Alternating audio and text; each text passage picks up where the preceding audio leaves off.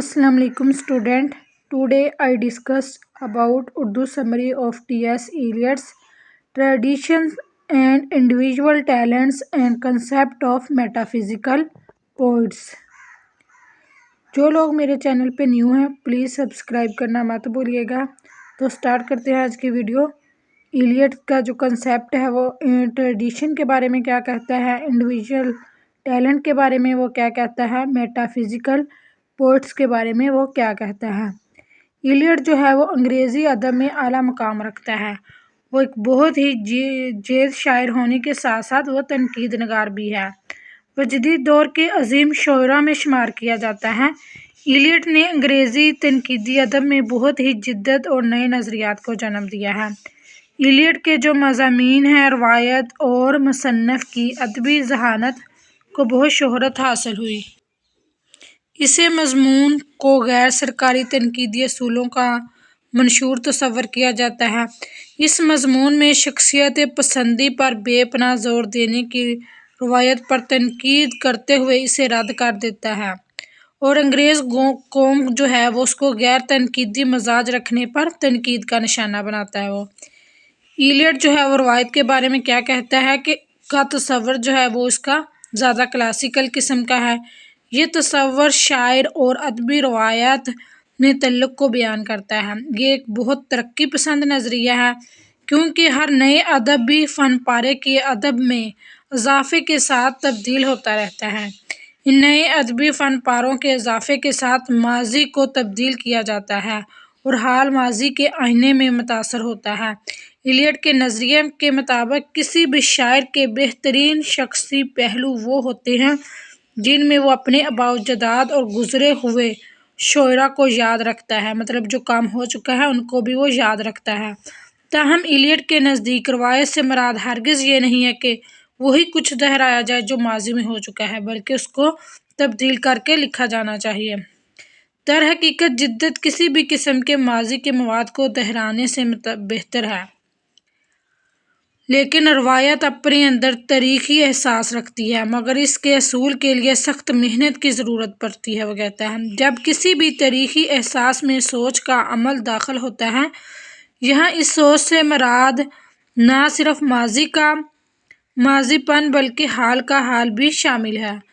तारीख़ हिस्से शायर को मजबूर करती है कि वो इसे एहसास के साथ लिखे कि सारी की सारी दुनिया का अदब और इसके मुल्क का अदब बिलतरतीब अपना वजूद रखता है कि वो सबको देखें।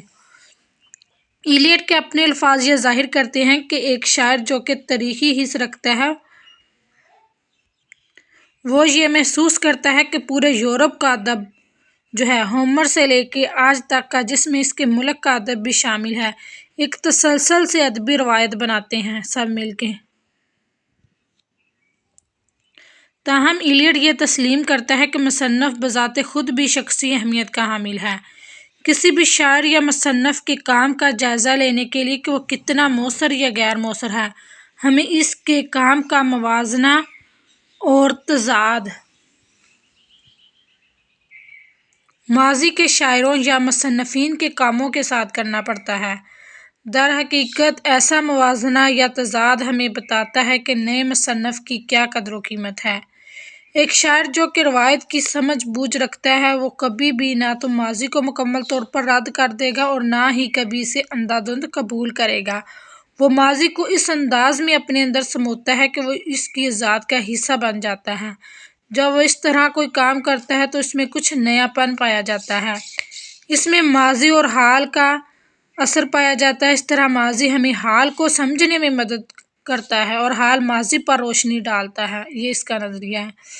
इसके बाद इलियट अपना नज़रिया जो है गैर शख्सियत पेश करता है। इस नज़रिए के मुताबिक मुसन्नफ़ या शायर को ज़रूरी तौर पर अदबी रवायत में अपने आप को ज़म्न कर देना चाहिए। ये कहता है इलियट कहता है कि मुसन्नफ़ या शायर को ज़्यादा से ज़्यादा ऑब्जेक्टिव होना चाहिए, अपनी ज़ात का अपनी तहरीर में अक्स ऐसे दिखाना चाहिए जैसे कि खुदा ताला मौजूद तो हर जगह है मगर नज़र कहीं नहीं आता है। वो कहता है ऐसे होना चाहिए तहरीर के अंदर एक शायर को। इलियट कहता है कि शायर अपने अंदर दो ज़ातें रखता है। उसने अब ये नज़रिया दिया है, दो ज़ातें रखता है, ایک ایسے شخص کی ذات جو کہ زندگی میں تجربات، جذبات، سوچوں اور احساسات سے گزرتا ہے۔ دوسری ذات جو ہے وہ شاعر یا مصنف کی اپنی ذات ہے، جو کہ ان بکھرے ہوئے جذبات، احساسات اور تجربات کو نئے انداز میں اپنی پہلی ذات میں ضم کر دیتا ہے۔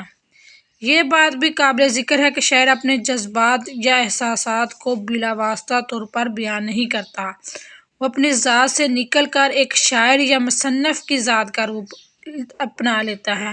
اس سرگرمی کو کیٹس، جو کہ انگریزی ادب کا ایک بہت مشہور شاعر ہے، اسے نیگیٹو کیپیبلٹی قرار دیتا ہے۔